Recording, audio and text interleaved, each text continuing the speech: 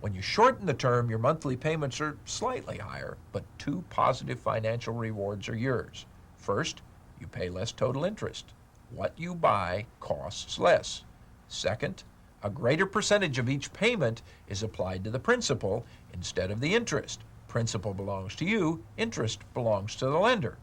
Let me show you how the strategy works on an automobile or other personal loan. For example, you buy an automobile on which you obtain a $10,000 loan at 14% interest for 48 months. The chart shows the real cost of a loan for terms ranging from 24 to 60 months.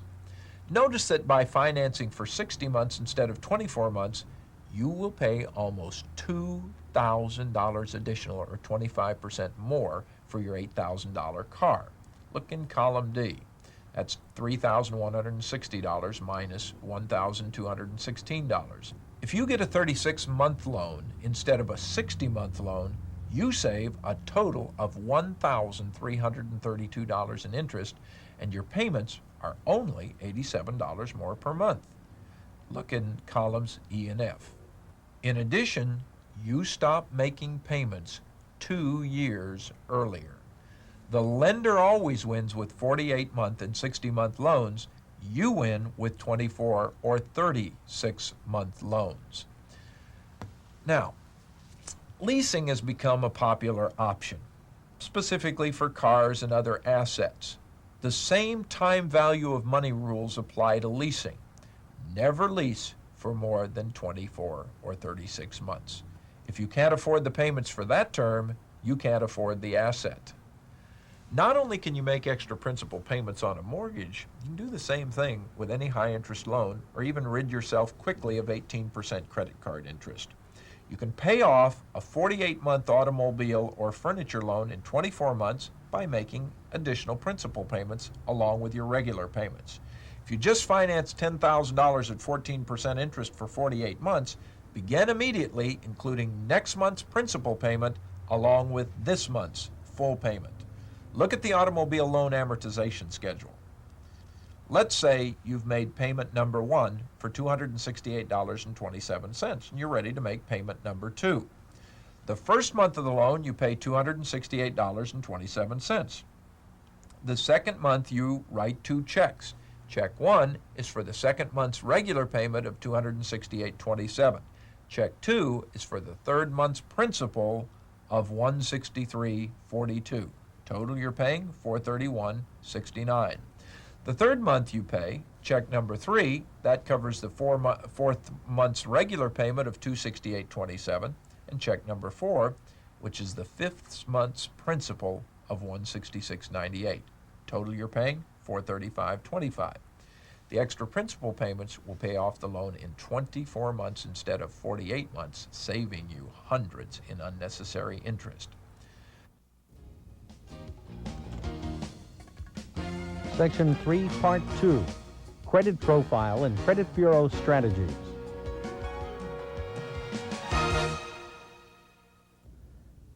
Strategy 3-4, develop a positive credit profile with the Big 8. Refer in your manual to the chart that says the Big 8 elements of a positive credit profile. To develop a positive credit profile, you want to qualify yourself in as many categories of the Big 8 as you can. The more categories under which you qualify, the easier it will always be for you to get credit. Now, you can survive in America if you have poor credit, or worse yet, no credit, but poor credit is a definite handicap to wealth building. It is easier to play a piano with all 10 fingers than with bandaged thumbs. Now, go over with me the elements of a positive credit profile. They're listed in order of importance. Number 1, you want a positive, up-to-date credit report. I'll show you how in a moment. Number 2, you want a home with a mortgage. Number 3, an American Express card and or a Diners Club card is incredibly powerful in getting credit. Number 4, you want a job that you've held for a year or more. Number 5, it helps if you have a current or paid-off bank loan. Number 6, credit is easier if you already have a MasterCard or Visa. Number 7, a department store credit card helps you obtain other credit. And number 8, believe it or not, a telephone in your name is something that potential creditors look for. You must be willing to go public with who and what you are, no matter what the so-called offshore promoters tell you about privacy. Going public is accomplished by making available your financial statement, your tax returns, and your credit bureau data. The first two, your financial statement and your tax returns, you furnish. The third, credit bureau data, will be obtained from the credit bureau by prospective employers and lenders. Loan and mortgage applications are usually approved or rejected based on a point system. 1 to 6 points are assigned to each item in 8 different categories, similar to the Big 8. If the number of points you score overall exceeds a certain total, your loan is approved. However, if less than the required total is reached, your loan is automatically rejected. Remember, it's always clerks at the mortgage and loan companies that are making the decisions, and they're required to follow the manual. Now, let's look at a model of a credit scoring process that we obtained from one of the mortgage companies that will help you score yourself. Look, about 18 points is the minimum score on this form required to pass the credit test. The more you score, the better your chances of obtaining credit. Now, you'll notice that the first thing on the chart is marital status. If you're married, you get a point. If you're not married, you don't. I guess they think you're still wild and free.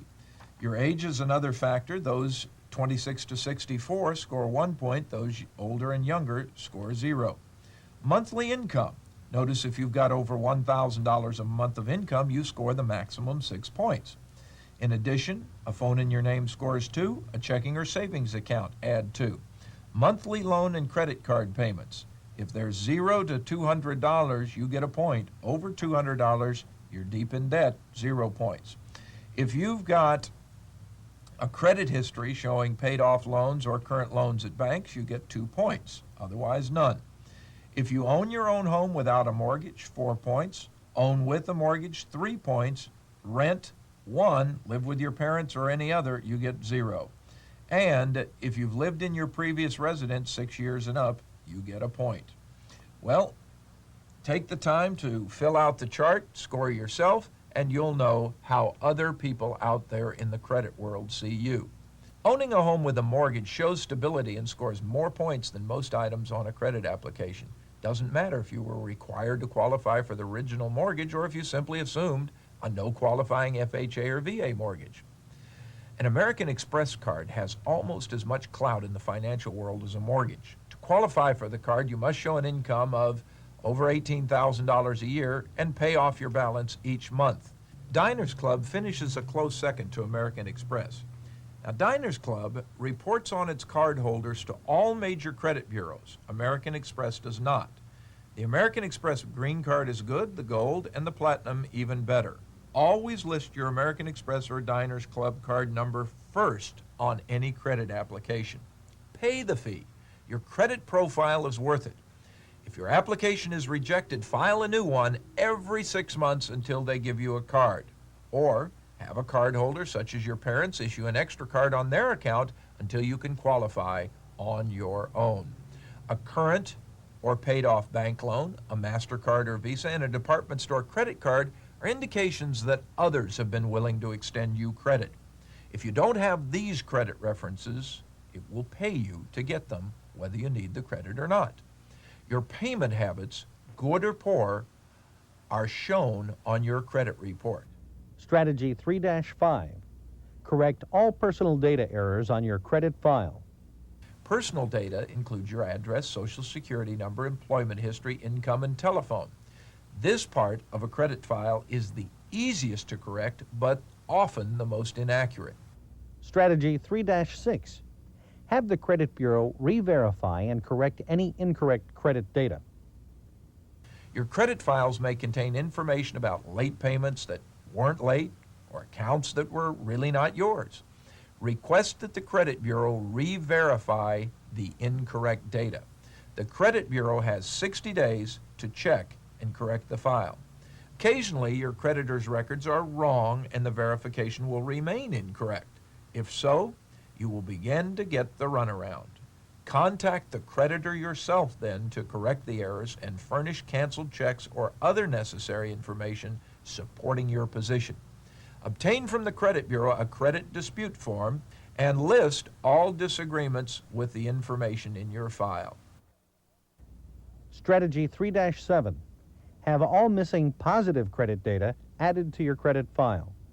You'll be surprised when you see your credit file how much data and how many accounts are missing. Although there is no law or rule that you are required to supply any negative credit data about yourself, you have the absolute right to have all the positive data and accounts added to your file. Supply the credit bureau in writing with a list of all charge accounts, credit cards, loans, and mortgages you have kept current. Include the account numbers. Include loans that have been paid off or accounts no longer in use. The credit bureau must, within 60 days, verify the information you have supplied and add it to your file. Recheck your file after 60 days to be certain that the new credit data is there. Strategy 3-8. Add the rest of the story to your credit file. You have the legal right to add your side of the story to your credit file. For instance, why your payments were late, why the credit information in your file is incorrect, and maybe the fact that you're having it all re-verified. Add important information like maybe that you were unemployed during the period when the payments were late, and that you've moved and that the bills went to the wrong address. One failure of the credit reporting system is that your file often shows how many times you have been late, 30, 60, or 90 days, but doesn't show how long ago that was. Add to your file the fact that all late payments were prior to a certain date and why they were late, and that the payments are now current. Your side of the story can make a big difference to your potential creditors and employers. Strategy 3-9. Have the credit bureau remove any derogatory information outside the statutory limits. Negative information can remain in your credit file no longer than 7 years, except for bankruptcy, which has a legal credit file life of 14 years. You have the right by law to a credit file that does not contain information older than these statutory limits. Strategy 3-10. If you are refused credit, get the reason in writing. If you get turned down for a loan or mortgage, you have the right by law to know why, and finding out is always in your best interest. You must, within 10 days and in writing, contact the company who rejected you after you receive the notice stating denial of credit. The lender must tell you specifically why they denied your application. You then decide if you should reapply with the same lender or apply somewhere else. Incidentally, if you're turned down for credit, federal law says you may then get a copy of your credit report absolutely free. Strategy 3-11. To get credit as a small business owner, incorporate and list yourself as an employee. If you've ever owned a business, you know that credit is tough to get until you can show substantial income, assets, and longevity. For less than $50, you can incorporate your small business without an attorney by contacting your state corporation commission for the forms and instructions.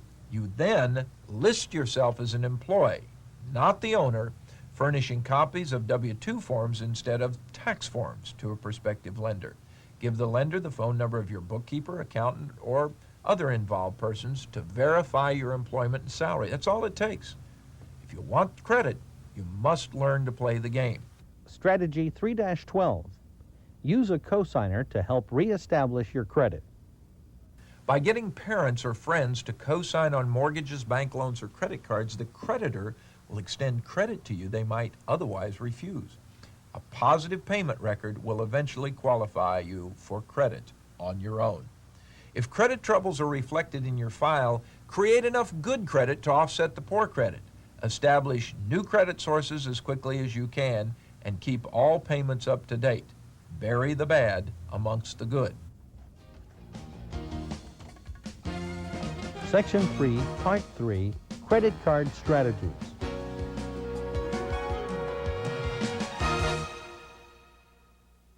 Strategy 3-15. Replace all your high-interest credit cards and charge accounts with low-interest credit cards. Throw away your 18% MasterCard and Visas and replace them with low-interest credit cards. The state of Arkansas, for example, has a usury law that limits the amount of interest that can be charged on any loan, including credit cards. There are banks in Arkansas that have issued MasterCards or Visas to out-of-state customers with as little as 10.5 to 11% interest. People's Bank in Bridgeport, Connecticut, it's held its rate for out-of-state cardholders to 12.5%. The best interest rate on a credit card right now is the Charles J. Gibbons MasterCard or Visa. You can obtain an application by writing card, P.O. Box 3111, Orlando, Florida 32802. Do it now so you can get your application. That's card, P.O. Box 3111, Orlando, Florida 32802. We'll send you an application. You fill it out and send it to the bank, and you're well on the way to saving 45% interest on your credit cards. Strategy 3-16. Deduct a credit card charge from your bank balance in your check register for credit control. Count the money gone. The minute you make the charge, it is. Circle the credit card purchases as you enter them in your check register and deduct the amount from your bank balance. The total of the circled items represents the extra credit card payment you will make at the end of the month. No more end of the month shock. Because you have already deducted your credit card purchases from your balance, you have the money in your checking account to make your payment. Strategy 3-17. Overcome poor credit with a secured credit card. The easiest way to establish or reestablish your credit is through a secured MasterCard or Visa. Secured means that you have made a deposit equal to the amount of credit you want, from $300 to $3,000. With some banks or agencies, your deposit is put into an interest-bearing CD. There's usually an agency fee of about $30 for getting you the credit approval and handling the transaction. Well worth it. After you've made regular timely payments for 6 months or so, the security requirement is dropped and your deposit is returned to you. After you've made payments, have your account re-verified by the credit bureau and your credit file updated. In your manual are the addresses and names of places where you can get secured credit cards. One of the easiest is Key Federal Savings and Loan in Newark, Delaware.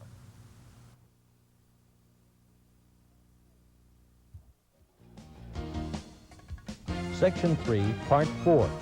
How to choose a mortgage.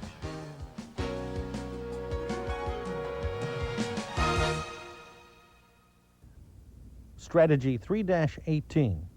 If the fixed rate mortgage interest is over 9.75%, take the ARM. If the fixed rate mortgage interest is under 9.75%, take the FRM. You win with an adjustable rate mortgage when interest rates are low, and the mortgage company wins when the rates are high.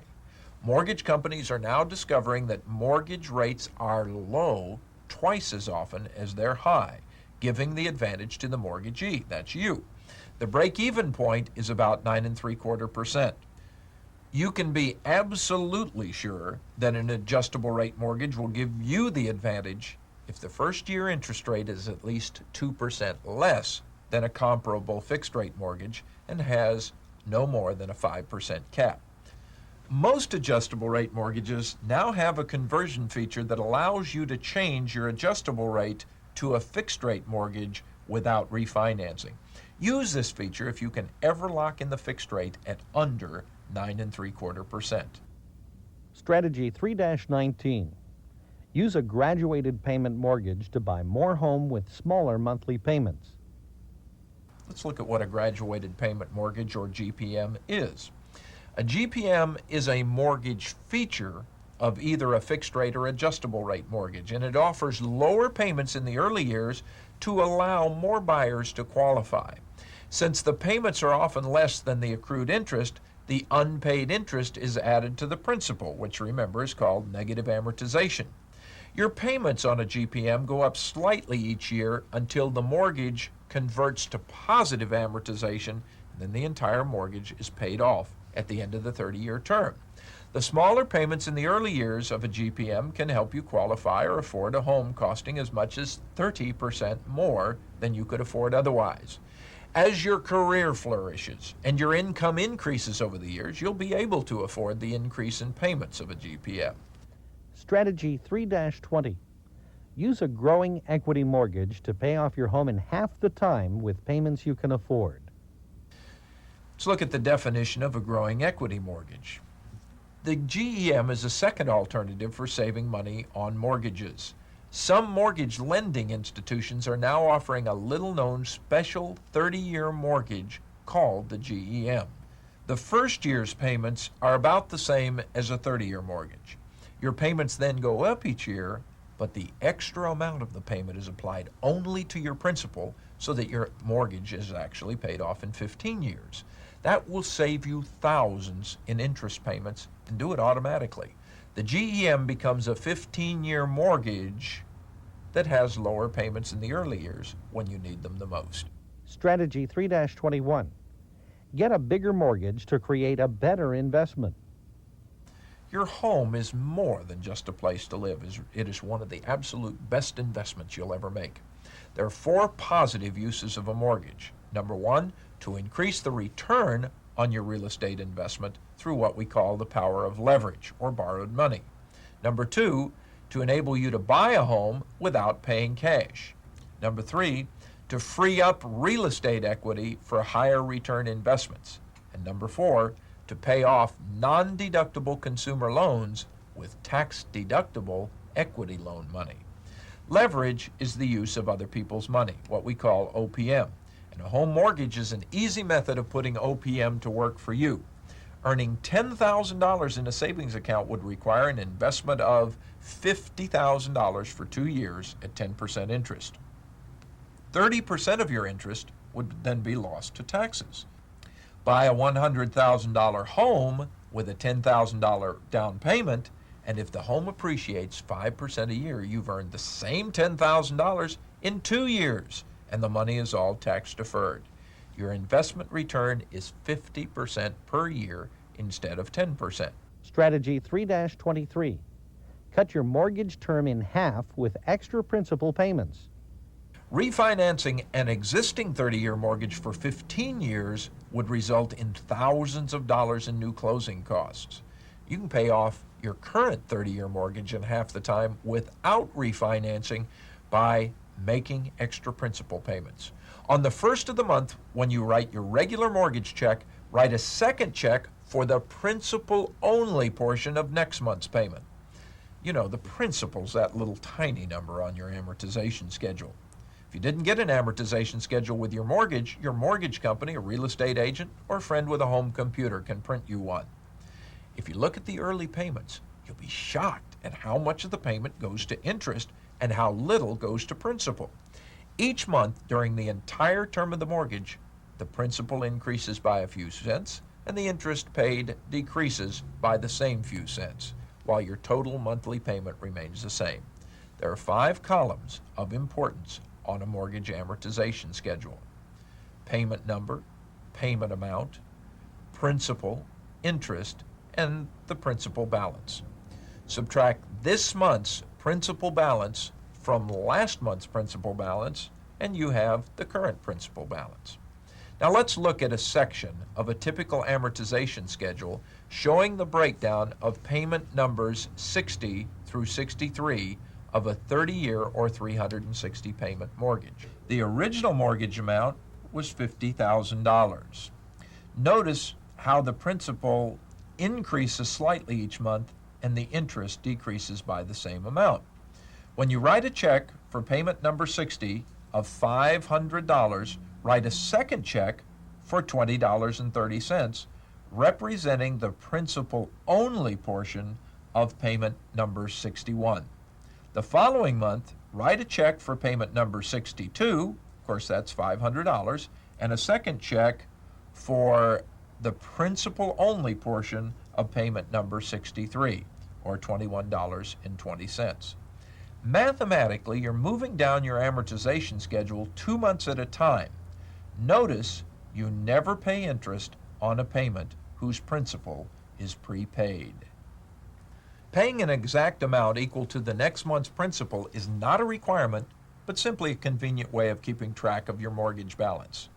Last year, I received a letter from a lady who decided to use this strategy on a new 30-year mortgage, sent in an extra check for $200 one time, and eliminated 20 payments from her mortgage. That's the time value of money working on your side. Some mortgage companies limit your minimum extra principal payment to 1 month's regular payment, or allow you to pay no more than $2,000 of your principal in 1 year without incurring an early payment penalty. Read your mortgage contract to see if you must work with any special rules. The really good mortgage companies on your payment coupon book have an extra box on each coupon to insert any extra principal you want to pay. Some financial and real estate writers have recommended the bi-monthly mortgage strategy. Instead of making a full payment on the first of the month, you pay half on the first and half on the 15th. Since you're making an extra half payment per year, a 30-year mortgage would be paid off in 22 years.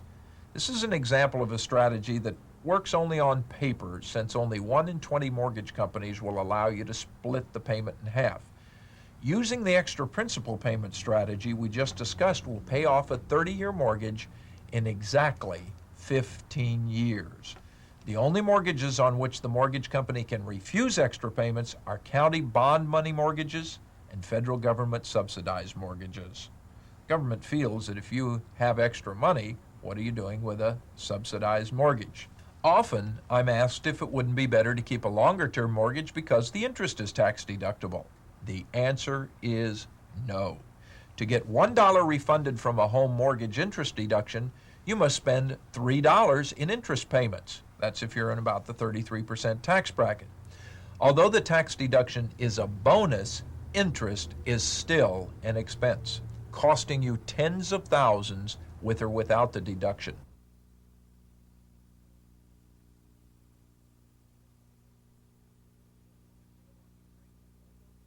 Using mortgage grace periods can damage your credit profile.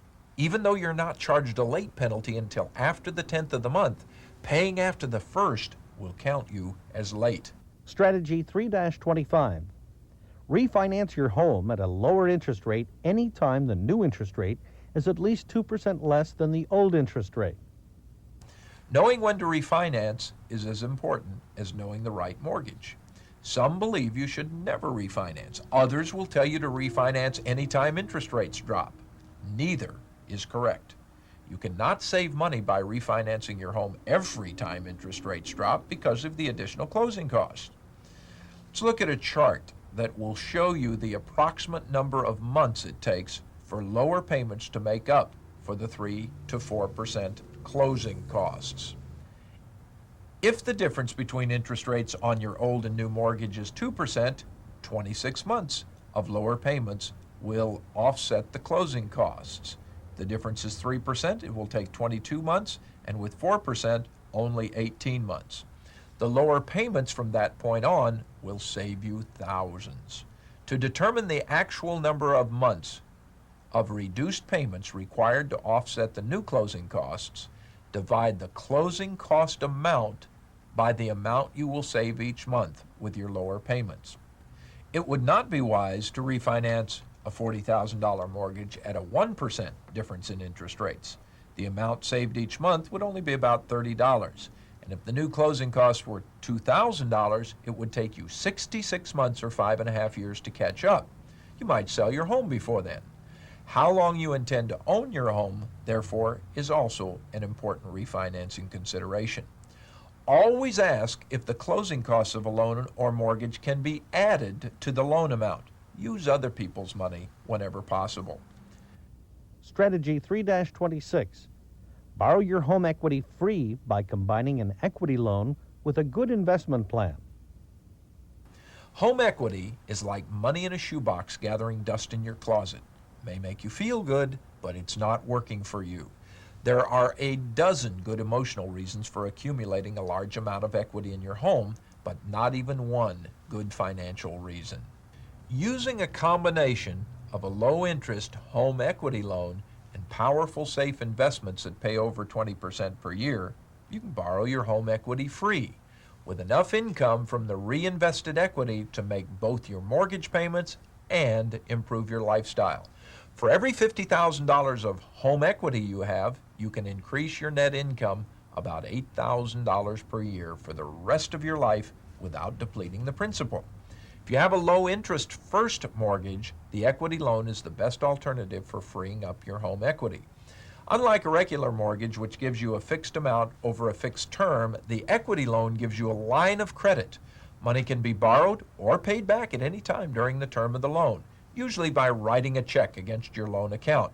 You pay only interest on the money you borrowed, and you stop paying interest on any portion that you pay back with no prepayment penalty. Equity loans are available from savings and loan institutions, banks, first and second mortgage companies, brokerage firms like Merrill Lynch, mortgage brokers, which are independent sources of mortgage money. The equity loan is really an adjustable rate mortgage. Shop around. The rates and terms vary from institution to institution. Expect to pay $80 to $140 for required appraisal, and 1 to 5 points are usually added to your mortgage amount. Now, points are just additional interest. The easy way to compare is that 8 points on a 15-year mortgage is the equivalent of 1% interest. Therefore, an 8.5% mortgage with 4 points is the same as a 9% mortgage with no points. The maximum loan you can obtain is determined by a formula called the loan-to-value ratio, or LTV. That's usually 70 to 90% of the appraised value of your property, less any existing first mortgage. If, for example, your home appraised for $110,000, the mortgage company's LTV ratio is 80%, and your first mortgage balance is $45,000, your maximum equity loan would be $43,000. How did we calculate that? We first took 80% of $110,000, the appraised value of the home, and subtracted the first mortgage of $45,000. That leaves a borrowing amount of $43,000. The next step is to formulate your investment plan. Your investments must provide a return great enough to make the payments on your loan and give you additional income. Let's look at a chart that will give you some suggested investment plans based on the amount of equity you now have available. Modify these suggested plans to fit your specific investment needs. Maximum growth, guaranteed income, or tax shelter are the goals that you may have. Make your plan before you withdraw the money from your equity loan account. Let's look at a chart that will show you exactly how to borrow your home equity and reinvest at a higher interest rate. The two best investments for reinvesting home equity are mutual funds and discounted mortgages. Mutual funds have the advantages of no commissions, and you can use the money movement strategy, which you'll learn later, to average 20% a year. All of the earnings from your mutual fund, the 20%, can be withdrawn to make the payments on the mortgage or reinvested as you choose. The only downside to mutual funds is that your principal does fluctuate, even though you can take the same amount of income out of the mutual fund each month. With a discounted mortgage, you're purchasing somebody else's mortgage at a 40% discount from face value. You'll learn about this investment later also. 20% approximately is current income, and 10% is deferred until the mortgage matures. The advantage to discounted mortgages as an investment is that the principal does not fluctuate. The disadvantage is they take longer to put together than investing in a mutual fund. Now let's say you borrowed $20,000 from your home equity at a 10% interest rate. Your interest payments are $2,000 per year. Notice on the chart that if we put $10,000 in a mutual fund, $10,000 in a discounted mortgage, the current cash income from each investment is $2,000 or $4,000 the first year. Well, that's twice the interest rate that you're paying. $1,000 from the discounted mortgage is also deferred until 5 to 7 years from now when the mortgage matures. If your total income from the two investments is $5,000, interest payments $2,000, you have actually netted $3,000 for the year by reinvesting $20,000 of your home equity.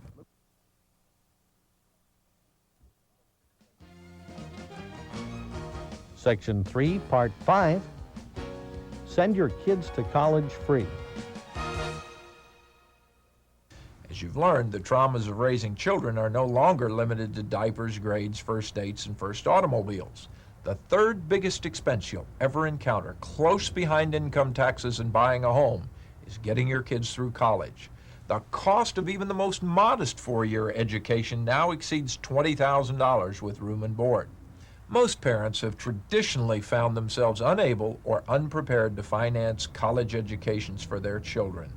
Either they intended to save the money while the kids were growing, or they were sold a life insurance policy, which eventually failed to create enough cash value to pay for college.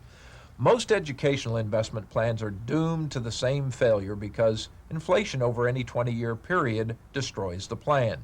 Parents end up using their lifetime savings or going deeply in debt to finance the education that an 18-year savings plan would not support.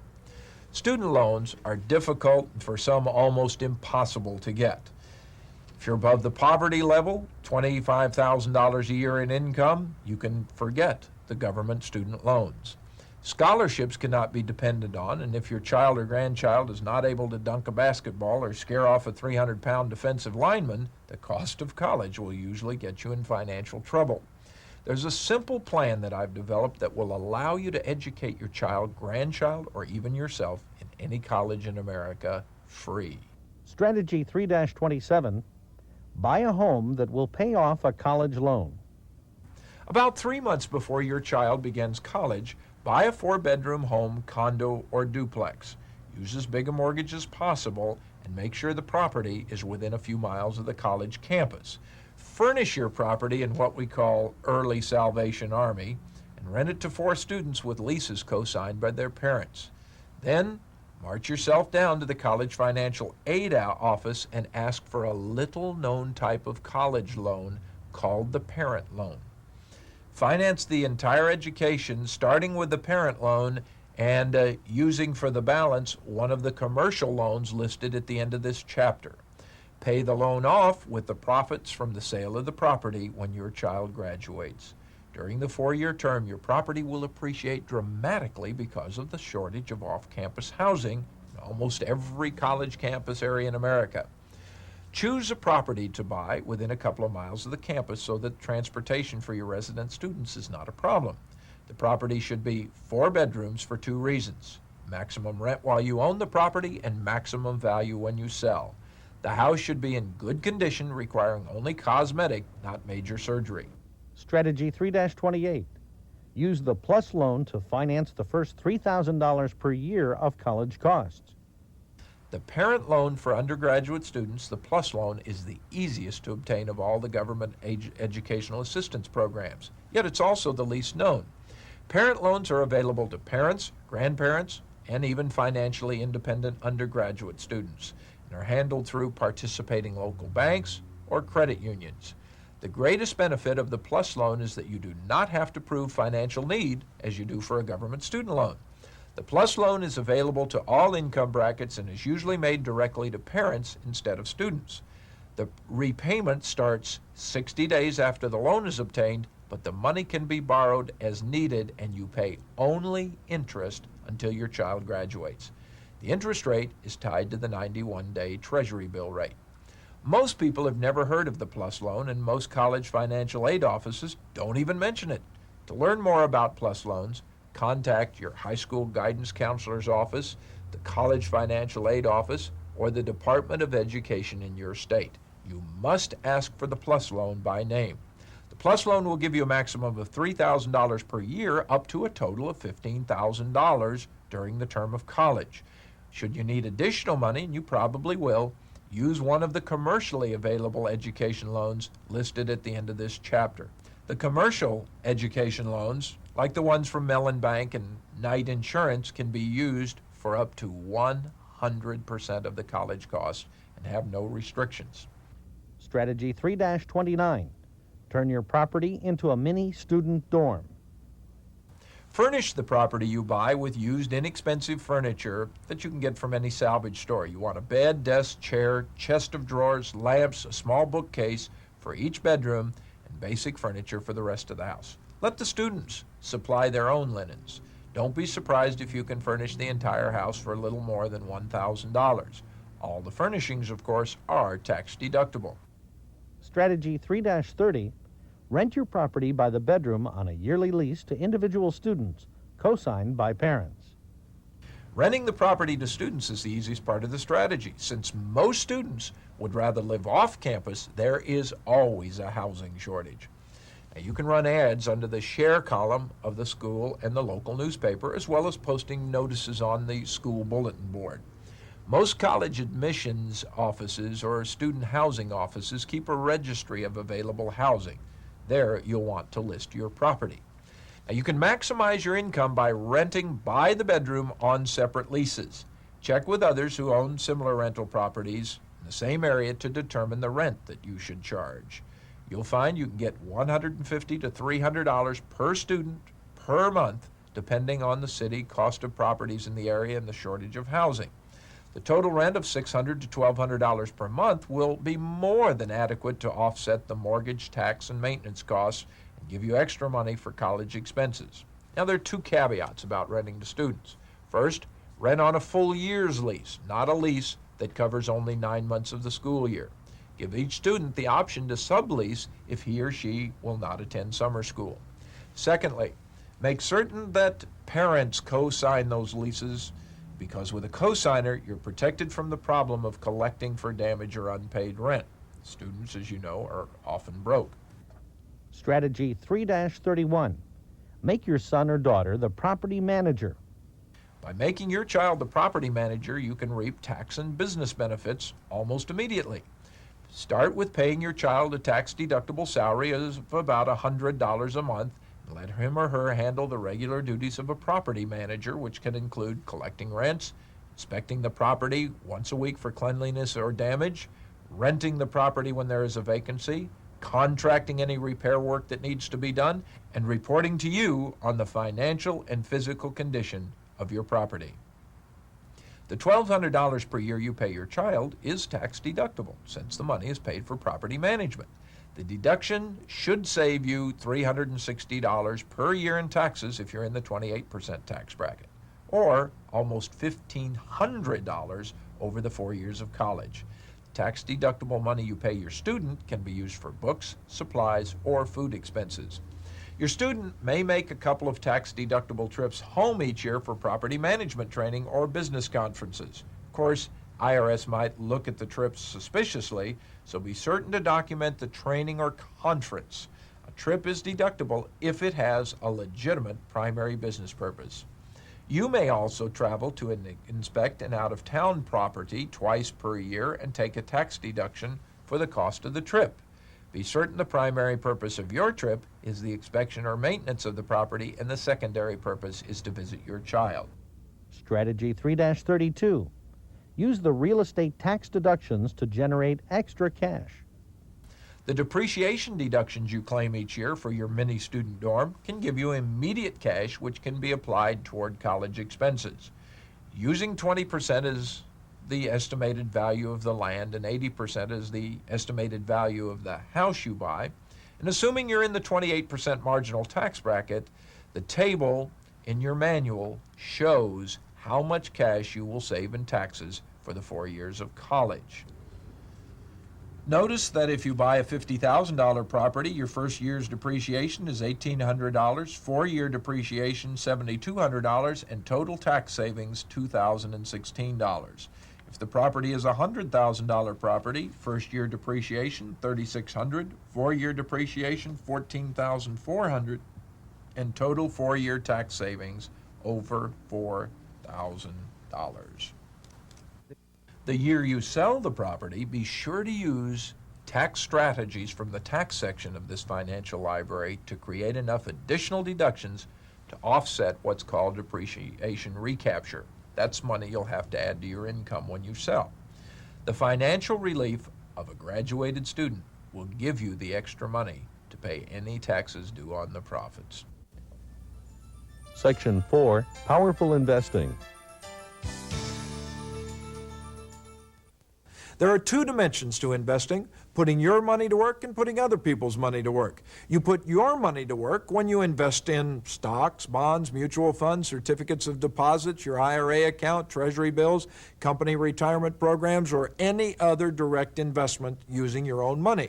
Now, you put other people's money to work when you buy a home with a mortgage, use a brokerage firm's margin account, take an option on a piece of real estate, borrow money for your business, invest in leveraged limited partnerships, borrow the equity in your home to reinvest, or expect any financial rewards from the use of other people's money. Putting your own money to work is direct and easy to understand, but limits the benefits you can enjoy to your accumulated capital. Putting other people's money to work is often more profitable and can be more risky and more difficult to understand. The main benefit of OPM, other people's money, is that you can create profits and/or tax deductions far beyond the limits which can be generated by your own capital. Using OPM, other people's money, is a step you will certainly want to take once you have mastered the basics of investing your own money. There are 3 objectives to set for your investment plan that will transform ho-hum investing and savings into a powerful wealth-building system. All of the necessary strategies you will learn are in this section of your tapes. Strategy 4-1. Use the 10 best investments to average 20% per year. Investment profits can be more than doubled with knowledge and without additional time or risk by using a combination of the 10 best and safest investments. Strategy 4-2. Pay no or low commissions by working directly with government and financial institutions. You cannot split your money with everybody else and expect to end up with much for yourself. Smart investors eliminate commissions by dealing directly with financial institutions and eliminating middlemen such as brokers and financial planners. Strategy 4-3. Use tax shelters and tax strategies to protect your investment income. Most investors think the only methods of investing without paying taxes are retirement programs or low-interest tax-exempt bonds.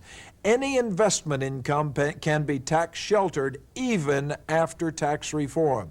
You have the choice of using automatically tax-sheltered investments such as annuities and real estate, or by creating tax deductions to match your investment income using any of the strategies that we talked about in the tax section of this program. Both methods can make your investments tax-deferred or even tax-free. Whether you are a novice just learning the terms or a seasoned investor, you'll find all the answers to building a powerful investment plan right here. The 10 best investments. There are no prerequisites. Your job is to organize or reorganize your investment dollars around a combination of these powerful, safe investments you are about to discover. Your decision on which of these investments to choose will depend on your experience with investing or lack of it, your main investment goals, the amount of capital you have, and the amount of time and energy you're willing to devote. If you're beginning with little or no capital, you must make the lifelong commitment to use the 10% solution, investing no less than 10% of your net income each year.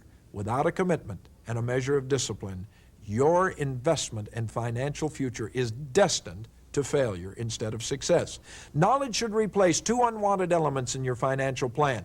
Knowledge should replace risk, and knowledge should replace fear. With risk and fear eliminated, you can run your financial life in any direction you choose. Risk is of 2 types, real and apparent. Real risk occurs when you act solely on the advice of others without sufficient knowledge, making decisions without knowing the facts yourself. Apparent risk is simply the debilitating fear which causes procrastination or inaction. Apparent risk exists in the mind only and occurs from a lack of knowledge and self-confidence.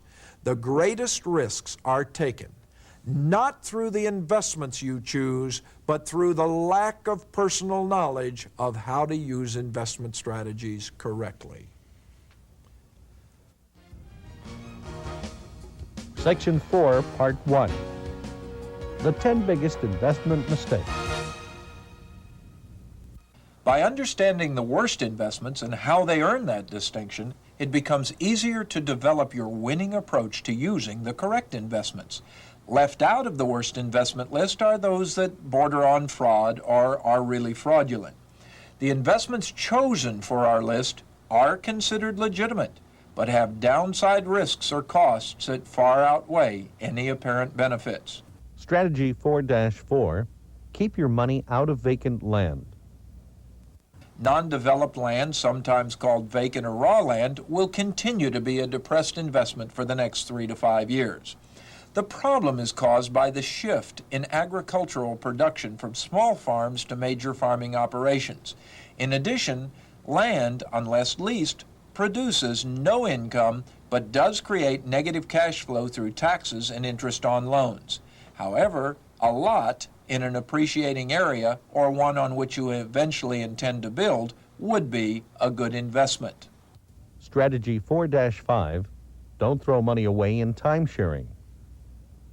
Timesharing is a real estate investment, usually one condominium unit co-owned by as many as 25 different investors. Each investor may personally use his unit during designated weeks, which were chosen as part of the transaction. 2 weeks are usually sold for between $8,000 and $25,000. Owners, instead of being confined to the use of their own unit during specified weeks, usually have the right to trade their weeks for the use of another unit in another timesharing complex. The biggest of the companies bringing the developers and owners together for the purpose of trading units is a company called Resorts International. Timesharing has a bad name because of developers not keeping promises and projects never completed, as well as developer defaults and bankruptcies.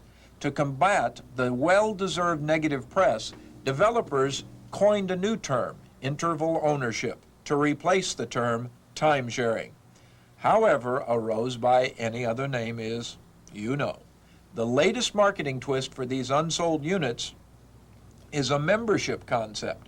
The purchaser owns nothing except the right to use a unit a week or two each year.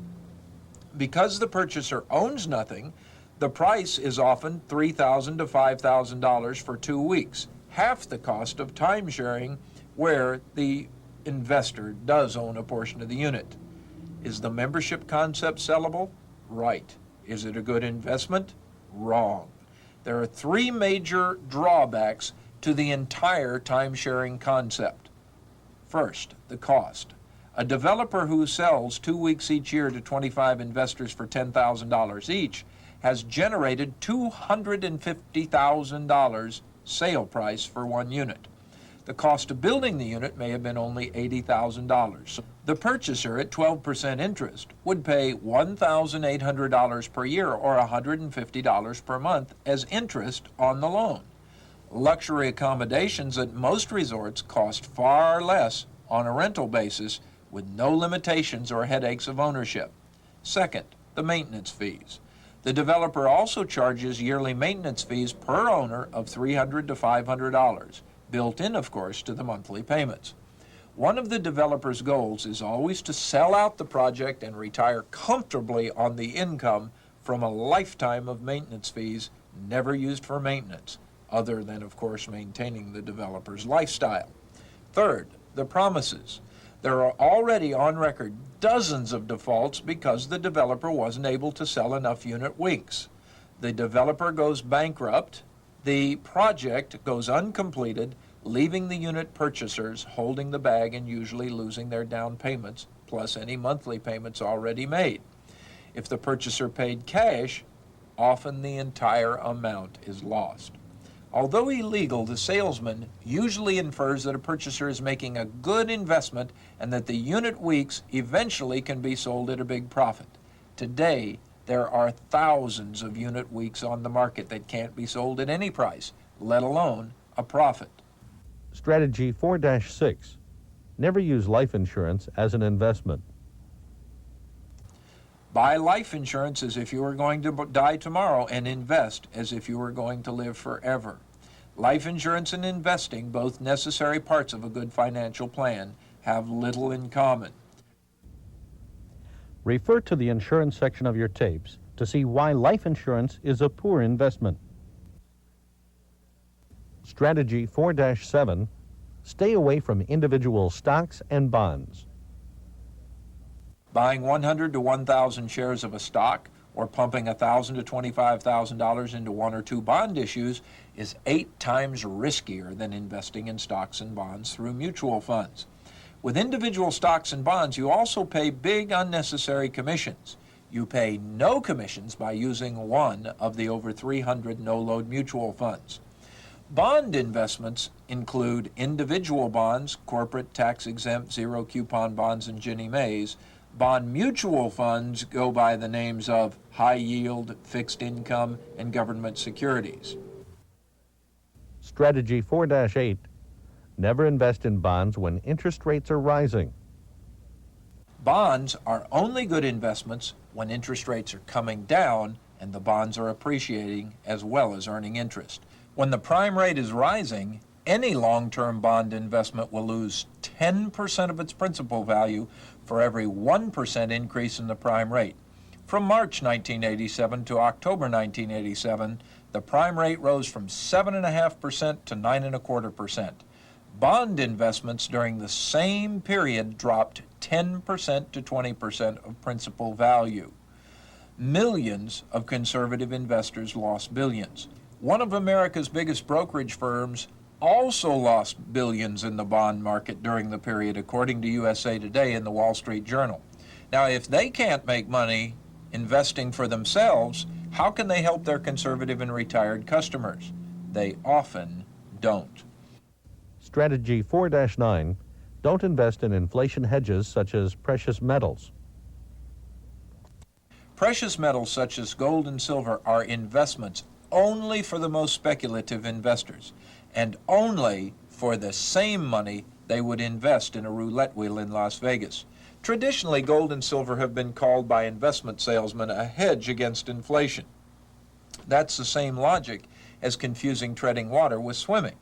Swimmers, like investors, make constant progress. Those that tread water long enough, like inflation hedgers, eventually drown. 100 years ago in 1887, 1 ounce of gold at $18 an ounce would buy one men's average custom-tailored suit. Today at $450 per ounce, 1 ounce of gold will buy, you guessed it, one men's average custom-tailored suit. With all the fluctuations in price, the real value of gold hasn't changed in 100 years. Your loss in an inflation hedge like gold comes when you sell and pay 28% capital gains on the increase in price. Your loss, therefore, in an investment that just keeps pace with inflation is a guaranteed 28%. Strategy 4-10. Don't fall for investment phone pitches. Now you can buy your investments over the phone, but don't. Dozens of phone boiler rooms have been created to sell off-the-wall investments by telephone. These high-pressure sales pitches are conducted by high-commissioned phone room managers using minimum-wage telephone solicitors.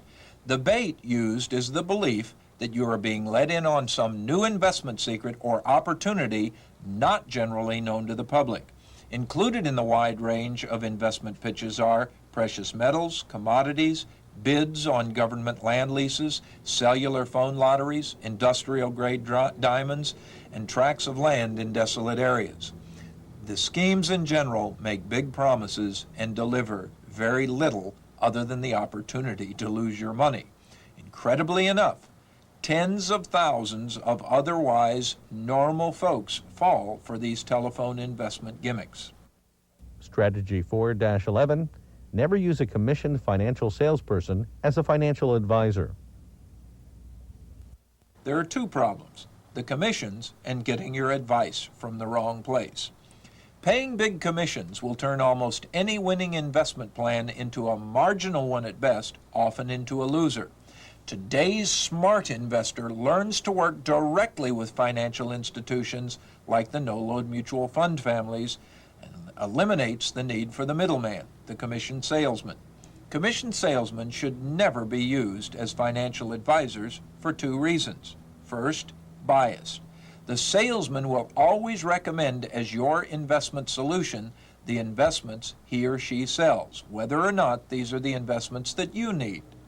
Also, lack of investment knowledge. Brokers and other licensed salesmen are required to know only two things: the securities laws regulating the sale of investments and enough to read the financial pages. Company training revolves around sharpening sales skills. Nowhere is there any training in how to make the investor any real money. The Wall Street Journal published an article based on obtaining a copy of an internal brokerage firm memo that stated, "The only requirement to keep your job as a broker with the firm is to produce $100,000 in commissions for the company." How does that help the investor? Most brokers and financial planners have appalling records when it comes to making investors any real investment return. If you have less than $1 million of investment capital, you need exactly the kind of help you're getting right now.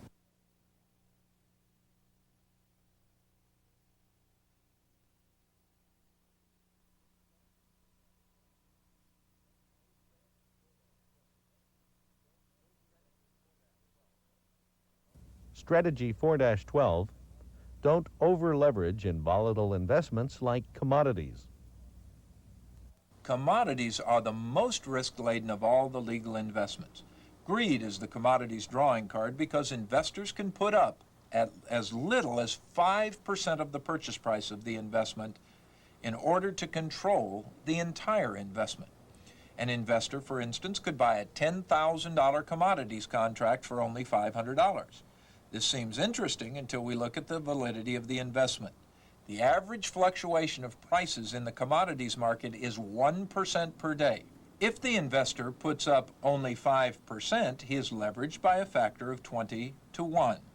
The value of his investment will therefore fluctuate an average of 20% per day.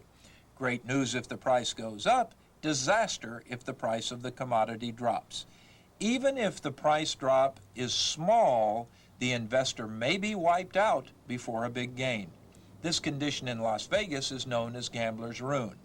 95% of commodities players lose money. There is no safe, known strategy for profiting in commodities.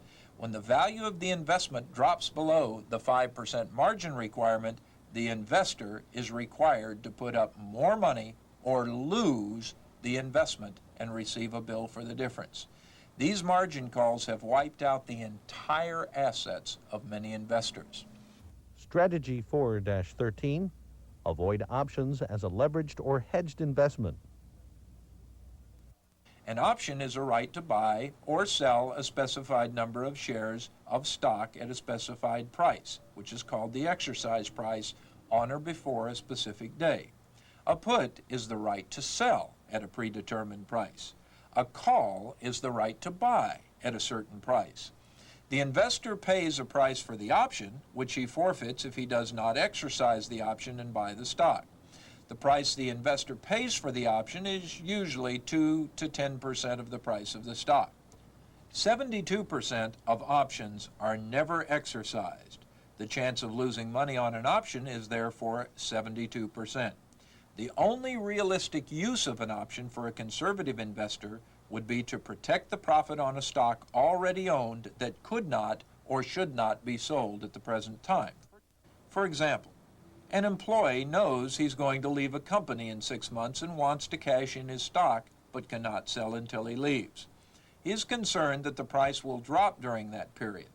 So he buys a put on his company stock, which gives him the right to sell later at a guaranteed price. The only possible loss is the small option price paid.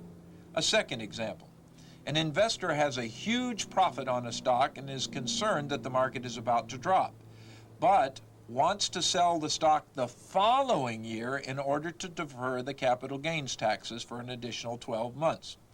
So he buys a put to protect his profits from the market drop. If the market drops, he exercises his right to sell at the higher price. Otherwise, his risk is limited to losing the small amount of money he paid for the option. There are now many mutual funds that use options as their primary investment or as a hedge against fluctuating prices. The mutual funds that use options as a hedge have poor overall performance records. By understanding these 10 worst investments, you're halfway home. Knowing what to avoid will save you as much in heartache and lost money as knowing what to buy will enable you to profit. Strategy 4-14. Don't fall for investment lies told by investment salespeople.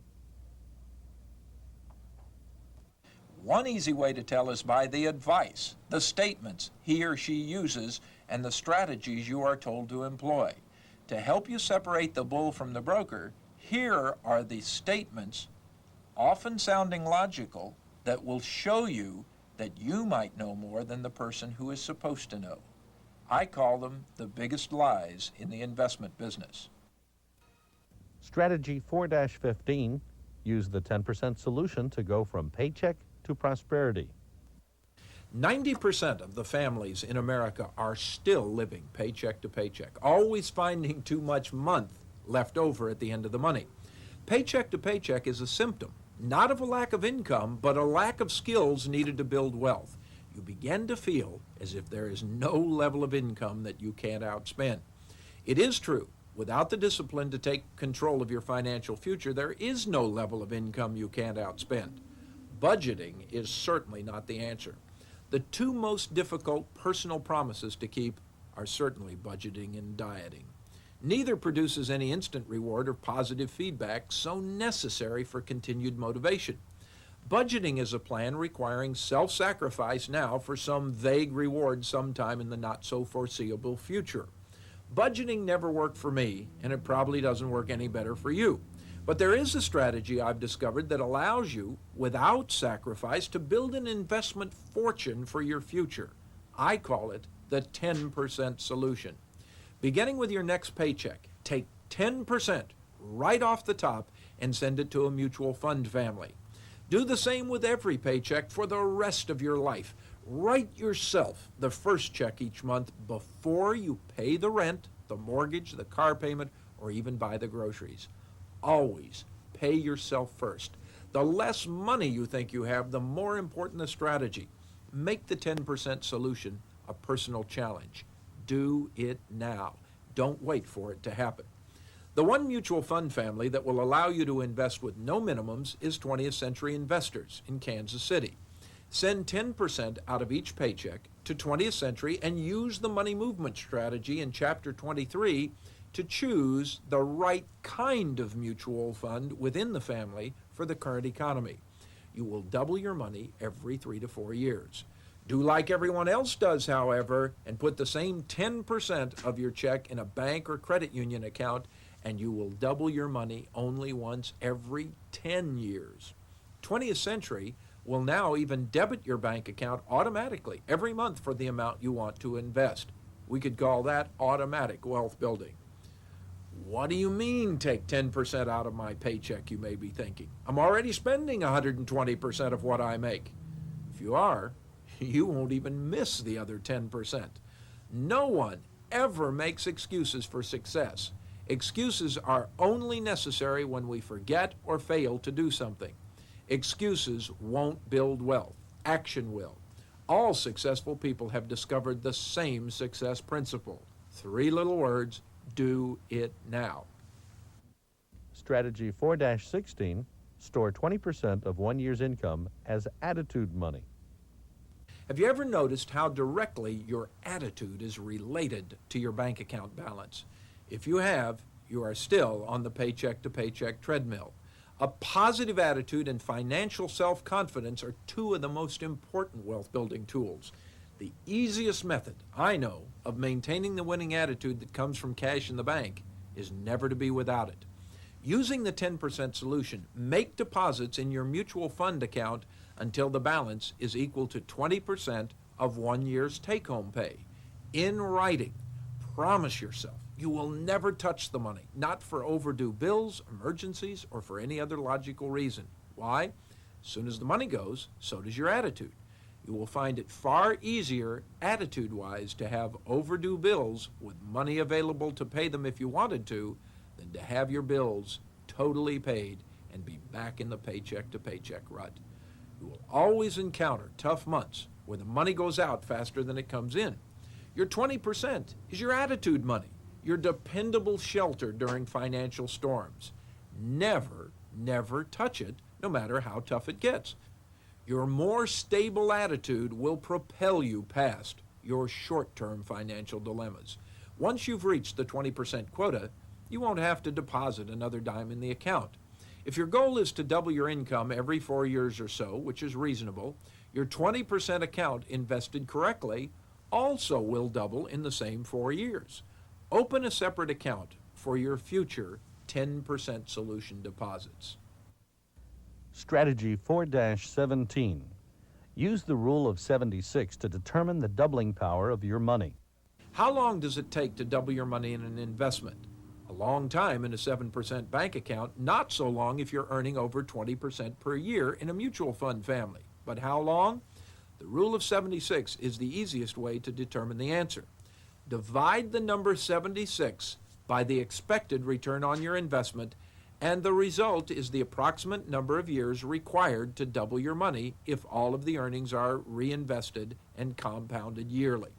The short-term doubling power of money invested at 15% to 25% should give you the motivation to get your 10% solution started immediately.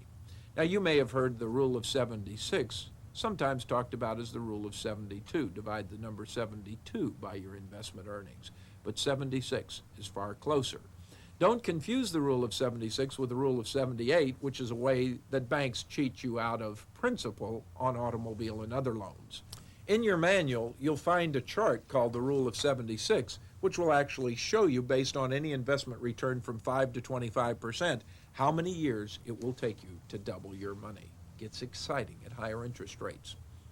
Using investment strategies like mutual funds, money movement, discounted mortgages, and tax lien certificates covered in this section, you will soon be doubling your money every 3 to 4 years, even starting with only 10% out of every paycheck.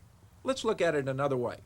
For every $1,000 you invest this year at 15 to 25%, the chart in your manual will show you how much you will have accumulated during periods ranging from 5 to 20 years. You'll see that if you're earning a 15% investment return and you invest $1,000 in 5 years, you'll have $2,000. If you're earning 20%, you'll have $2,480, and if you're earning 25%, you'll have $3,000. But look what happens to that $1,000 in 15 years. 15 years at 20%, you'll have $15,000, meaning that you would have doubled that original $1,000 every year for 15 years. Time value and time power of money. That's why little amounts can make a big difference. What you see in the chart can be accomplished by investing just $83.33 per month, which is the same as $1,000 per year. That's the amount that someone with a net income of $833 per month would deposit using the 10% solution. Who said you have to have big money in order to make big money? Begin your 10% solution with your next paycheck. Part 2, Asset Management Accounts.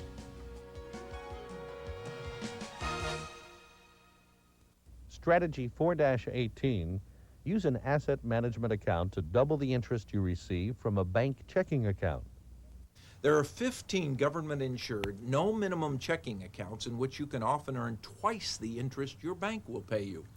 These asset management accounts, that, as we're going to call them, cannot be found at banks, savings and loans, or credit unions. These are national checking accounts and really represent money management systems of the future that are available right now.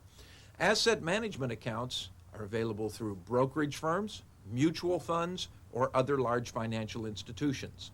Some asset management accounts require no minimum deposit, while others, like those offered at Merrill Lynch or E.F. Hutton and Shearson, want $10,000 to $25,000 just to open the account. The Edward D. Jones full-service asset management account requires only a $1,000 deposit and as little as a $500 minimum balance. There's something for everyone. Additional deposits can be made at any time, just like your regular bank account. Asset management accounts have no minimum check requirement, nor do they limit the number of checks you can write each month. Money market funds and bank money market accounts offer only limited checking. They're something different entirely. There are two profits in an asset management account. The first is the variable interest paid on your account balance. Interest rates in asset management accounts have averaged between 6.5% and 18% since 1980, and often pay 2% up to 5% more than certificates of deposit. The second profit you receive is an additional 0.5 to 1% created by the automatic daily compounding. Strategy 4-19, choose an asset management account that gives you maximum legal float. Asset management accounts, we said, are national checking accounts, and because of that, often your checks must travel thousands of miles before they're processed. When you write a check from your AMA, you'll discover that it takes 10 to 14 days before the amount is deducted from your account balance. During the entire time, you're earning interest on money you've already spent. This delay is called legal float. It's the investor's dream. Some of the accounts, like Merrill Lynch's AMA account, now process checks locally, reducing the legal float to that of a local bank check, which is about 2 days. Others, like Edward D. Jones and the CAM account, still give you maximum float time. Legal float is so lucrative that it has enabled travelers checks companies like American Express to generate millions in profits, all with other people's money, the legal float. Have you ever wondered what really happens when you buy traveler's checks? You give the bank or traveler's check company real money, and they give you play money, traveler's checks, in return. A traveler's check represents a 100% interest-free loan you've made to the company until you use those checks. On any day of the year, these companies have accumulated and reinvested millions of interest-free dollars using this principle of legal float. Although legal float may never earn you millions, it is a painless way of earning extra interest. Strategy 4-20, write all your bill-paying checks from your asset management account. To take advantage of legal float, simply write all of your checks from your AMA. An asset management account should not be used as a place to store money unless the current interest rate is over 10.5%. Deposit each month just enough to cover the checks you intend to write. Over the past 5 years, you would have earned in an asset management account 2.5 times what you earned in a bank checking account. Let's take a look at a comparison. Look at the chart, and you'll notice that we've compared the earnings since 1980 for a bank checking account and an asset management account. The total for the 6 years in the bank account, averaging 5.25% to 5.5%, would have been just about 27%. But in your asset management account, the average interest you would have earned combined with the legal float would have totaled 74%. Big difference. Strategy 4-21, choose an asset management account that offers a debit card. The debit card is a plastic check which has the universal acceptance of a credit card but no end-of-the-month bill. A debit card looks like a Visa card, runs through the merchant's machine like a Visa card, but it doesn't charge anything. The merchant can't tell the difference. When the merchant slips get to your asset management account, the amount you paid is deducted directly from your account balance. No monthly bill and no check to write. 9 of the asset management accounts issue Visa debit cards, while others, including Shearson, Payne Weber, and Smith Barney, issue American Express credit cards, which cannot be used as a debit card. The debit card is too good a financial management tool to be without and should be a consideration in determining which asset management account is for you. Strategy 4-22, choose an AMA with a low yearly fee. Yearly fees of $0 to $65 are charged on all AMA accounts, except the Charles Schwab and IDS accounts, which have no fee. Charles Schwab, however, requires you to do other business with them in order to keep your AMA open. A yearly fee of over $50 is unreasonable, since there are alternatives. Because your asset management account is really an investment account, the yearly fees are tax deductible as a miscellaneous investment expense. To choose your asset management account, use the comparison chart. One important decision is determining if you have the required initial deposit amount and can maintain the required balance. After you've made your initial deposit, a much smaller minimum balance is usually required to keep the account open and earning interest. Now, check the chart to determine the minimum balance requirements of the various accounts. Let's look at some of them. For instance, Consolidated Asset Management's CAM account has no minimum balance requirement, nor does Kemper or Dean Witter, Prudential Bache, or Thompson McKinnon. Others, as you'll notice, are from $500 to $10,000. Edward D. Jones, which is a good account for people getting started, is $500 as a minimum balance, but Citibank is a whopping $10,000. So you see, you use the chart in determining which asset management account meets with your needs. All the accounts are good. Simply pick the one that fits you best, with the convenience and services that you need. Call the toll-free number listed or the local office in your area for the accounts in which you are interested. Refer to the account by name and ask them to send you a prospectus. Contained in the prospectus is everything you need to know about the account. To open your account, simply fill out the account application card and mail with a check for at least the minimum deposit. You'll receive a checkbook similar to your bank checkbook along with your initial deposit receipt. Strategy 4-23, use an asset management account for your small business checking account. Many of the AMAs also offer checking privileges to small business. From the asset management account comparison chart, you'll notice that those who offer business accounts include Edward D. Jones, IDS, Fidelity, Citibank, and now the CAM account. You can enjoy the legal float and debit card privileges for your small business by opening a separate business account at the AMA of your choice. Asset management accounts prove that there are always better money management alternatives if you know where to look. Let me talk about the CAM account for just a moment.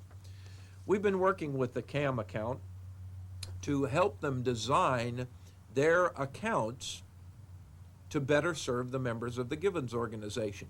And they now have a small business checking account as well as personal checking accounts that keep better records of what you spend than just about any other type of account. The only drawback to the CAM account is right now they pay about 0.5% less in interest than the other accounts. The advantages are they have no minimum deposit, no yearly fee, and no balance requirement. The checking benefits of having your record keeping done for you, I think, are certainly worth looking into the CAM account. Part 3, the money movement strategy for mutual fund investing. To successfully invest in stocks, bonds, and money market instruments requires a strategy that allows you to reach 3 important investment objectives. Number 1, to safely earn 20 to 30% per year. Number 2, with no commissions. And number 3, with no taxes. One investment formula that accomplishes these 3 objectives with a minimum of time, effort, and risk, I call the money movement strategy. Every investor dreams of being in the right place at the right time, to get in on the beginning of a bull market and out before the market turns. The money movement strategy will do that for you. There are 7 basic rules for successfully investing in stocks, bonds, and money market instruments that will turn you into a wealthy investor in a short time. Violate any of these rules and eventually you'll lose money. Strategy 4-24, never store money. One of the major errors made by most investors is the search for a good long-term investment. There are good investments and there are long-term investments. But when it comes to stocks and bonds, there are no good long-term investments. Why? Because the best investment this year will become the worst investment 2 or 3 years from now. To be a successful investor, you must be willing to move your money every year or 2 as interest and inflation rates change. A good example is bond or government securities mutual funds. During 1982 and 83, when the prime interest rate dropped 5%, The average bond mutual fund appreciated 40%. The same bond mutual fund in 1987, with the prime rate rising, lost 20% of principal value. Strategy 4-25, invest in stocks, bonds, and money market instruments only through mutual funds. Mutual funds give you all of the benefits of a diversified portfolio of stocks, bonds, or money market instruments without the risks, costs, or required expertise. Benefits of mutual fund investing make such a strong case that there is virtually no reason to invest in individual stock, bond, or money market investments. Here are the reasons for using mutual funds. Number one, professional management. Mutual fund managers are among the most knowledgeable financial people in the country. Number two, diversification. Mutual funds are already diversified into over 100 investments, and as a result are mathematically 8 times safer than investing in any one stock or bond. Mutual fund investing gives you the all-important safety factor automatically. Number three, easy to evaluate. The track record of every mutual fund is a matter of public record. There is no effective way to evaluate stockbrokers, financial planners, or investment counselors. Number four, control. Only those investors willing to control their own investments can safely and consistently earn big profits. Those who turn control over to a broker, financial planner, or other investment salesman generally do poorly. Strategy 4-26, use only no-load mutual funds. A no-load fund is a mutual fund that charges you no commissions when you invest and no commissions when you withdraw your money. Out of the 1,052 mutual funds, over 300 are truly no-load. Well, where does a mutual fund make its money? All mutual funds, whether load or no-load, charge about 1% per year as a management fee. The 1% is used to cover the fund's operating and management expenses and includes any profit. For this low fee, the mutual fund chooses the investments, watches the markets for you 8 hours a day, keeps all necessary records of your account, and sends you periodic statements, usually monthly, about your account. No-load funds give you a great deal of investment help for very little money. The net asset value of a mutual fund, quoted in the newspaper or on your monthly statement, already reflects the deduction of the management fee. A load is a sales commission and not a management fee. The load is paid to a broker, brokerage firm, financial planner, insurance agent, or anyone else who sells you the investment. By working directly with mutual funds and eliminating the middleman, the commission salesman, you pay no commissions. Remember, you can't be splitting your money with everyone else and end up with much for yourself. The important question is, does paying a commission in any way earn you extra profits? The answer is no. Studies for over 20 years have shown that no-load and load funds perform equally well when the sales charge is disregarded. Often, there are more no-load than load funds in the list of top 20 best-performing mutual funds. That means when you do include the sales commissions in calculating mutual fund performance, those that use loaded funds earn less. There are 3 classifications of loaded mutual funds. High-load mutual funds, those that charge 4 to 9% commissions when you invest or withdraw your money. Now, front-end load means you pay commissions when you invest, reducing your principal. Back-end load means you pay commissions when you withdraw your money, reducing your earnings. Many back-end loaded funds actually become no-loads after your money has been invested for 5 years or more. Is there ever a time when your best choice of a mutual fund might be a loaded fund? Yes, but only a back-end loaded fund. Let's say you want ongoing advice from a financial advisor, but you don't want to pay commissions on the front end for the advice. By investing in a back-end loaded fund, the advisor gets paid a commission by the mutual fund. As long as you stay with the fund for at least 5 years, you pay no commission even when you take your money out.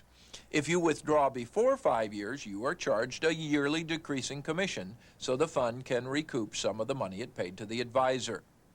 Low-load mutual funds, those that charge 3% or less when you invest or withdraw your money. There are low-load funds that do make good choices for aggressive investors, like Fidelity's sector funds. Conservative investors should avoid low-load funds altogether. Most low-load funds do not pay commissions to salesmen. 12B1 funds, mutual funds that charge about 1% a year to offset marketing costs but are otherwise no-load. Even though the Securities and Exchange Commission has permitted the 12B1 charge for several years, very few mutual funds actually apply the charge.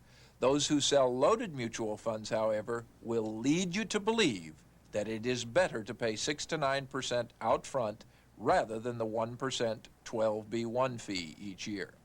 Mathematically, that is not true. When you pay an 8% upfront load or commission, only 92% of your money is actually invested. If you used a 12B1 fund, 100% of your money is actually invested, and the 1% fee is deducted from your earnings.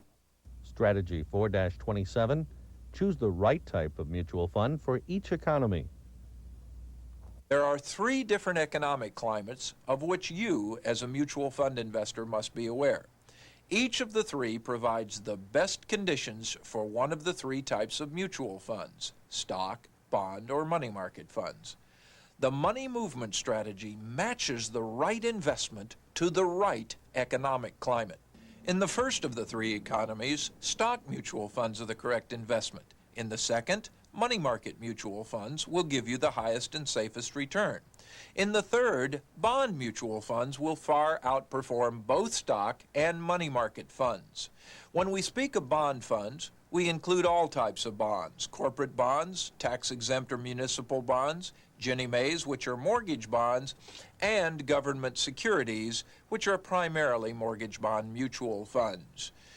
One of the 3 types of mutual funds will earn you an average return of 20% per year. Strategy 4-28, invest in only one type of mutual fund at a time.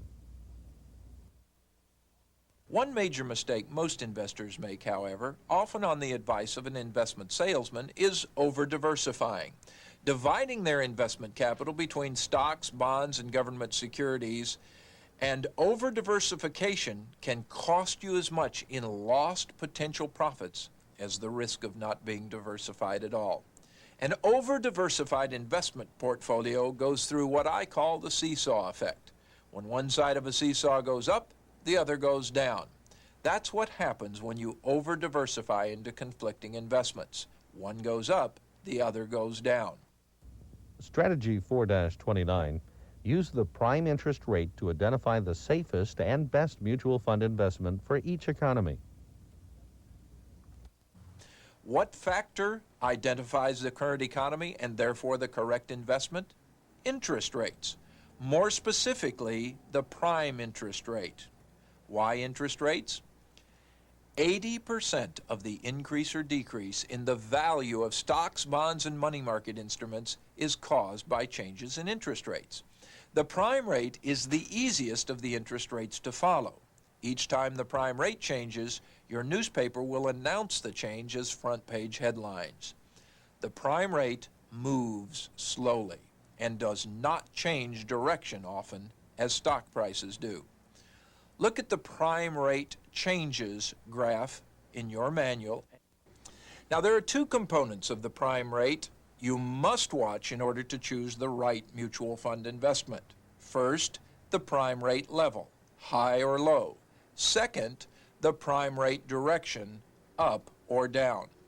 Refer to the money movement chart in your manual and you'll see a curve that represents typical changes of prime interest rates over a 3 to 5 year period. This is one prime rate cycle. On the chart, we've smoothed out the curve to demonstrate how the money movement strategy works. The 3 colors represent each of the 3 different investment economies. Notice that there are 3 points during the cycle where the colors change.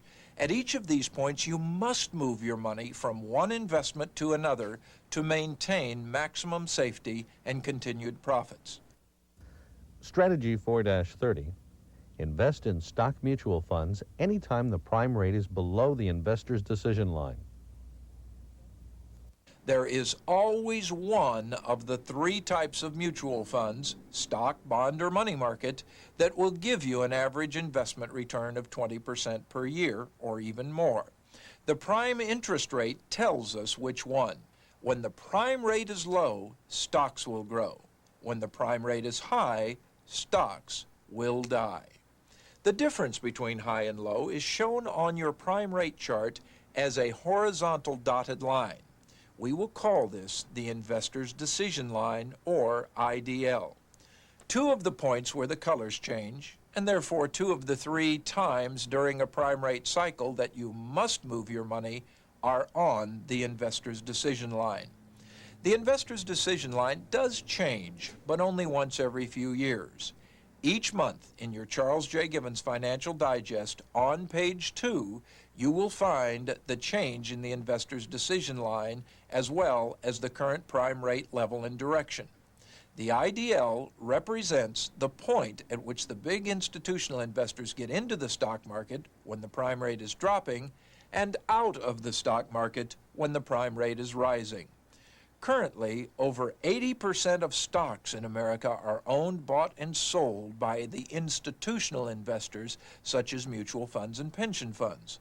When the big guys buy, stocks go up. When the big guys sell, stocks go down. When is the correct time to be invested in a stock mutual fund? Any time the prime rate is below the investor's decision line, and that's the blue area on your curve. During these years, no matter how widely the Dow Jones stock average fluctuates, the stock market and stock mutual funds will grow an average of 20% or more each year. Strategy 4-31. Move your money to a money market fund when the prime rate moves above the investor's decision line. How do you know when a bull market is really over? When the prime rate is rising and reaches the investor's decision line, you move your money out of the stock mutual funds and into a money market mutual fund. When the prime rate is above the investor's decision line, money market funds will not only give you the best return, but will also be the safest investment. Can you ever make money in a money market fund? Of course you can. In 1981, with the prime rate averaging 18%, money market funds were paying a whopping 20% interest. There is always one type of mutual fund in which you will earn an average of 20% or more per year. Strategy 4-32. Move your money to a bond fund when the prime rate is high and coming down. You stay in the money market funds until the prime rate turns downward. You then move your money to the third and last investment in the prime rate cycle, a bond mutual fund. Bond mutual funds are always the best investment when the prime rate is high and coming down. During that period, you will earn 2 profits in a bond mutual fund instead of just 1. The profits, interest, plus appreciation. The appreciation will be your big profit, averaging more than 20% in 1 year. When the prime rate drops 1%, bonds appreciate 10%. 10-to-1 is the best leverage you'll ever get in a safe investment plan. A good example, 1982. The prime rate dropped from 16.5% to 11.5%, a drop of 5%. The average long-term bond mutual fund appreciated 40% during the year. The funds paying tax-free interest actually outperformed the regular bond funds. The money movement strategy is not intended as a get-rich-quick scheme. It is a lifelong strategy for reducing risk and maximizing investment profits. The money movement strategy will allow you to average 20% per year, year after year, without having to watch your money day by day. The money movement strategy is the right mutual fund strategy for both conservative and aggressive investors. The money movement strategy, remember, is the right strategy for no-load mutual funds, for investing in self-directed annuities, which are tax-sheltered mutual funds, for investing in your IRA or Keogh account through mutual funds, and the money movement strategy should be used right where you work in your 403b or 401k mutual fund retirement program. Using the strategy the way I've outlined it, you will be able to earn 20 to 30%. Part 4, Mutual Fund Investing.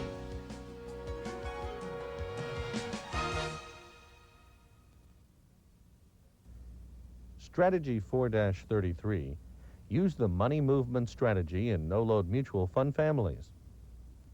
A mutual fund is an investment company registered with the Securities and Exchange Commission. It pools investors' money and is managed by a professional fund manager. Mutual funds are open-ended. That means they can sell unlimited numbers of shares to new investors.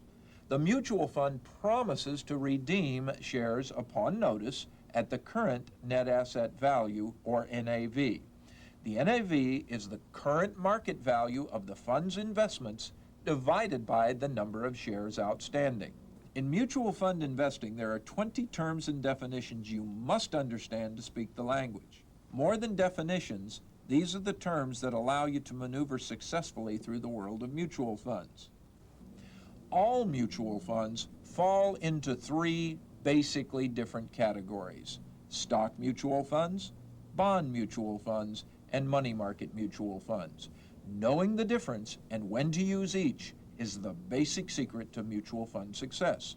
The earnings and capital gains you earn from your mutual fund can either be reinvested or taken as income. Mutual funds are not taxed directly. Only investors are taxed on dividend, interest, and capital gains. Let's look at some of the mutual fund terms with which you must be familiar to succeed. Stock, an investment representing equity ownership of a portion of a company's assets. Individual stocks are bought and sold through stockbrokers who are tied in by computer to the major stock exchanges such as the New York or American Exchange. Stocks not listed on exchanges are traded broker to broker through the National Association of Securities Dealers, sometimes abbreviated NASD. The brokers receive commissions for handling investor stock trades. The per-share price of a company's stock increases or decreases based primarily on supply and demand. If there are more buyers than sellers, the price goes up. If there are more sellers than buyers, the price of the stock drops. Stock mutual funds. Stock mutual funds invest primarily in common or preferred stocks. Stock mutual funds come in several varieties and are named both by their investment objectives and the type of stocks in which they invest. Since few stock funds use the term stock in the fund name, you as the investor must understand the terms that are used. In our discussion, we will use a two-letter code to identify each type of fund.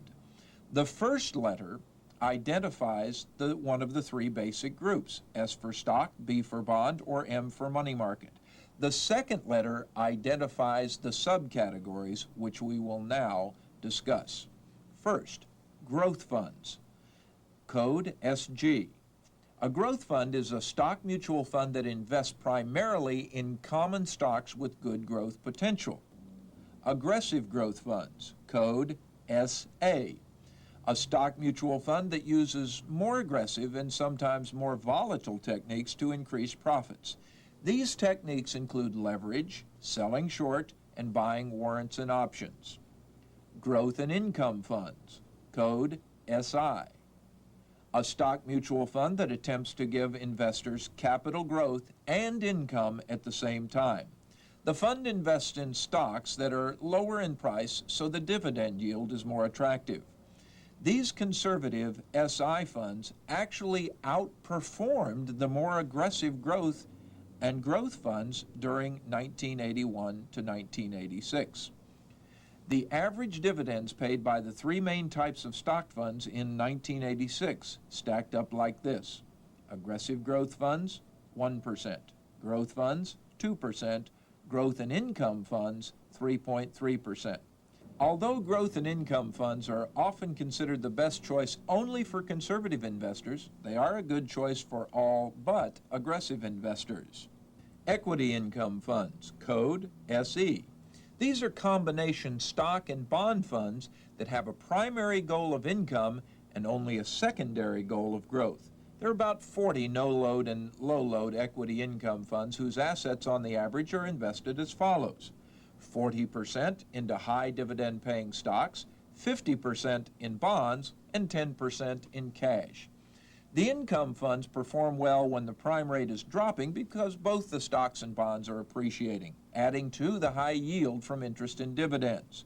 They are poor performers when the prime rate is going up because any stock gains are automatically wiped out by bond losses. There are several types of stock funds we call specialty funds. Specialty mutual funds invest in stocks using a special selection process, leverage, or other type of investment formula not used in the regular stock funds. These specialty funds are generally suited only to more knowledgeable and more speculative investors. Now let's examine bonds. A bond is a loan made by an investor to a business or to a government agency for a term ranging from 1 to 30 years. Because bond interest rates are normally fixed, the principal value of the bond fluctuates up or down as market interest rates change. Bond mutual funds. These are mutual funds that invest either in short-term bonds, which means less than 12 years to maturity, or long-term bonds, more than 12 years to maturity. Purpose: guaranteed income. Bond mutual funds have many subcategories, and it is important to know the difference. High-yield funds. High-yield funds are bond funds that invest in corporate bonds with supposedly higher than usual interest rates. Fixed income funds. These are bond funds that invest at least 75% of their assets in fixed income securities like long-term bonds. Ginnie Mae funds. Ginnie Mae funds are mutual funds that invest in mortgage bonds issued by the Government National Mortgage Association. Government securities funds. These mutual funds invest in Ginnie Mae's as well as bonds issued by other government agencies. Money market funds. Money market funds are mutual funds that invest in short-term, super safe, interest-bearing money market instruments. The maturity date of these securities is between 1 day and 1 year. Let's look first at regular money market funds. They invest in the following: U.S. government securities, bank jumbo certificates of deposits, bankers' acceptances, commercial paper, repurchase agreements. Money market funds have been started by both mutual fund families and stock brokerage firms. This discussion centers on those no-load money market funds which are part of mutual fund families. A second type of money market fund is a tax-exempt money market fund. This special type of money market fund invests in short-term tax-exempt municipal securities. The average maturity date of these tax-exempt securities is 75 days compared with 45 days for a regular money market fund. Tax-free money market funds, because of very low interest, are not good investments, usually even for those in high tax brackets. A third type of money market fund are insured money market funds. You can invest in an insured money market fund like Vanguard's Money Market Trust, but you do pay for the insurance with reduced interest. Money market funds are already safe enough that the insurance is a waste. A fourth type of money market fund is an asset management account. Asset management accounts are a natural outgrowth of money market funds and have unlimited checking and offer other financial services such as debit cards. Part 5, Retirement Planning.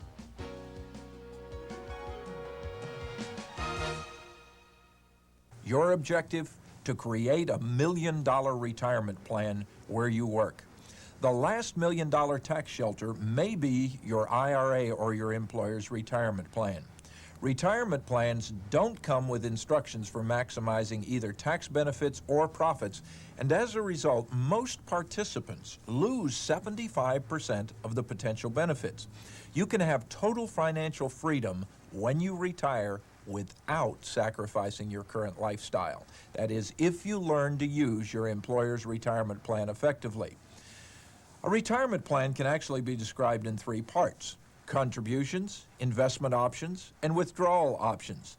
Let's take a look at the questions you must answer in order to profit from your retirement plans. Make note of those you cannot answer because they are costing you money. Refer to your manual and fill out the sheet that I've included that enables you through these questions to analyze your retirement plans. You must get the answers to these questions if you don't have them, either from the documents you obtained with your retirement plan or by calling the person or department that handles your retirement plan at work. Retirement plans can basically be divided into two types: those you create yourself and those that must be created by your employer. To qualify for any plan, you must have what's called earned income. Earned income is compensation from a job in the form of a salary, commission, or bonuses. Income from investments or real estate does not qualify as earned income. Strategy 4-37, contribute the deductible maximum to an IRA. The IRA is the only retirement plan you, as an employee, may create yourself. You deposit your IRA money in investments you select, and you may contribute to an IRA anytime before April 15th of the year following the year you earned the qualifying income. Your employer is not even involved.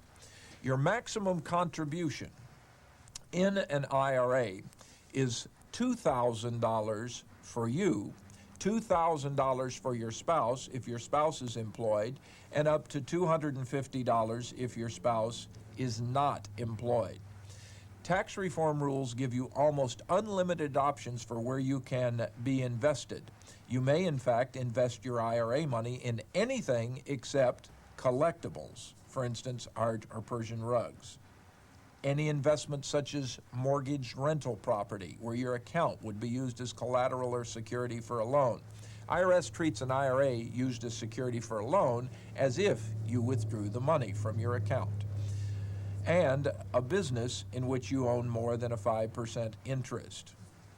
Even with the ease of creating an IRA and the incredible tax benefits, do you know that only 20% of those who qualify have opened the account, and almost no one knows how to use it effectively? My purpose is to show you how to get the maximum power from all of your retirement plans. Let's look at the contributions and contribution rules to your employer-related retirement plan. Retirement plans offered by employers and funded through payroll deductions include A, the 401k deferred compensation plan for corporate employees. In a 401k, employees may contribute up to 25% of their compensation, up to a maximum of now $7,300 per year. All of the money tax deferred. The employer has the option of contributing up to the difference between what you as the employee contribute and $30,000. That money your employer contributes is also tax deferred. The $7,300 limit will be increased for inflation in future years. The greater percentage your employer contributes, the better your plan is. The best plans are those that offer mutual funds as investment options. B, the 403B Deferred Compensation Plan, also known as a tax-sheltered annuity. This plan is for public school and nonprofit organization employees, similar to the 401k, but let's look at the rules. Employees may contribute approximately 20% of their compensation up to $9,500 per year tax-deferred. Your employer has the option of contributing the difference between what you contribute and $30,000, also tax-deferred, although few, if any, employers exercise that option. There is a catch-up provision which allows an employee in a 403B plan after 15 years on the job to add up to $3,000 additional per year up to 5 years. Now, if you qualify for that option, for heaven's sakes, use it. Most public school employees are also covered by a separate pension plan over which the employee has no control. The best of all of the 403B plans also offer mutual funds as investment options. C, the 457 Deferred Compensation Plan. This plan is for state, county, and city employees. In this plan, employees may contribute 25% of compensation up to $7,500 per year, tax deferred. Employers may not contribute. Most municipal employees are also covered by a separate pension plan over which the employee has no control. There is a catch-up provision which allows you as an employee to contribute an additional amount up to $15,000 per year for the last 3 years before retirement, not including the year of retirement. The best of these plans offer mutual funds as investment options. D, the Simplified Employee Pension Plan, also known as the 408K SEP. This plan is for employees of small companies of less than 25 employees. Employees may contribute up to 15% of compensation or a maximum of $7,000 per year tax deferred. The employer has the option of contributing the difference between the employee contribution and $30,000, also tax deferred. The greater percentage your employer contributes, the better your plan. The best SEPs are those that offer mutual funds for investments. SEPs, like IRAs, can be contributed to until April 15th of the year following the tax year. Many people contribute far too little to retirement plans because they are afraid their money will be tied up into retirement and not available for emergency financial situations. Are you in for a surprise? Here are your options for getting money out of your retirement account before you retire. All plans except the IRA allow you to withdraw money to offset a financial hardship. If you were strapped financially, a committee set up by your employer using IRS guidelines can allow you to take money out of your employer's 401k, 457, or SEP. Check with your employer to find out how the rules are applied in your company. B, most employer-related plans now have a loan provision allowing you to borrow half your account up to $50,000 at any time and with no penalties.